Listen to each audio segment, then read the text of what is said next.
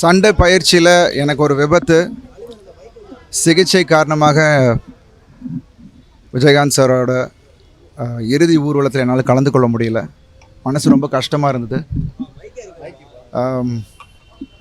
1.5 மாதத்துக்கு அப்புறம் இப்போ தான் நான் முதல்ல வெளியில் வரேன். அவருக்கு வந்து மரியாதை செலுத்தணும் முதல்ல அப்படின்ட்டு தான் இன்றைக்கி நான் வந்திருந்தேன்.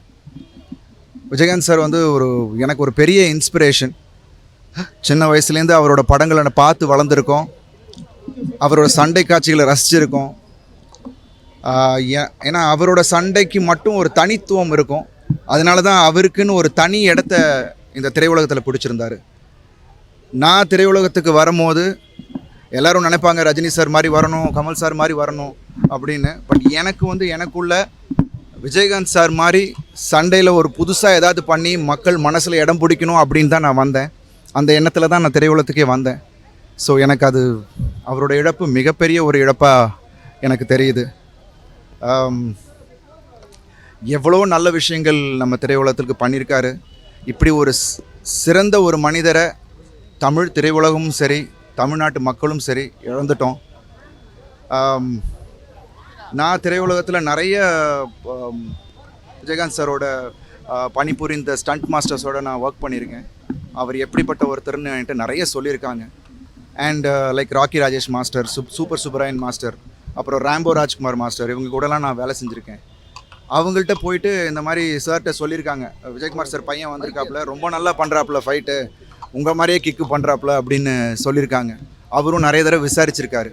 ஒரு தடவை விஜயவாகினி ஸ்டூடியோவில் எனக்கு ஒரு ஷூட் நடந்துகிட்டு இருந்துச்சு. பக்கத்து செட்டில் விஜயகாந்த் சார் படம் ஒன்று ஷூட் நடந்துகிட்டு இருந்தது. அப்போ வந்து பிரேக்கில் அவர் வெளியில் வந்துட்டு என்னை பார்த்துட்டு கூப்பிட்டுட்டு என்னை உட்கார வச்சு என்னை அவ்வளோ பாராட்டினார். அது மட்டும் இல்லாமல் சண்டை பயிற்சியில் எவ்வளோ கேர்ஃபுல்லாக இருக்கணும், என்னெல்லாம் ப்ரிகாஷன்ஸ் நம்ம எடுத்துக்கணும்னு எனக்கு ஒரு அறிவுரை சொன்னார். அது எனக்கு ஒரு பெரிய ஊக்கமாக இருந்துச்சு. அப்படி ஒரு நல்ல மனசை திருப்பி நம்ம பார்க்க முடியுமான்னு எனக்கு தெரியல. ஸோ இந்த நேரத்தில் அவரை பிரிஞ்சு வாழ்கிற குடும்பத்தாருக்கும் ரசிகர்களுக்கும் மற்றும் அவரோட தொண்டர்களுக்கும் என்னுடைய ஆழ்ந்த இரங்கல்கள். அவர் என்றைக்கும் நம்ம மனசில் வாழ்ந்துக்கிட்டே தான் இருப்பார். இந்த நேரத்தில் அவர் ஆத்மா சாந்தி அடையணும்னு நான் வேண்டிக்கிறேன். அண்ட் இந்த ஒரு தருணத்தில் திரையுலகத்துக்கு நிறைய நல்ல விஷயங்கள் விஜயகாந்த் சார் பண்ணியிருக்காரு. நம்ம எல்லாம் கேள்விப்பட்டிருக்கோம். அது எல்லோரும் பின்பற்றணும்னு நினைப்பார். ஸோ இந்த நாளில் இன்றைக்கி என்னோட இனி வரும் காலங்களில் என்னோட திரைப்பயணத்தில் அடுத்து என்னோட படப்பிடிப்பு தளத்தில் அதை நான் செயல்படுத்தணும்னு நான் நினைக்கிறேன். அது இன்றைக்கி இந்த இடத்துல அவர் இருக்கிற இடத்துல நான் சொல்கிறதுல ரொம்ப சந்தோஷப்படுறேன். கண்டிப்பாக அதை அவர் சந்தோஷப்படுவார். கண்டிப்பாக அதை நான் பண்ணுவேன். நன்றி, வணக்கம்.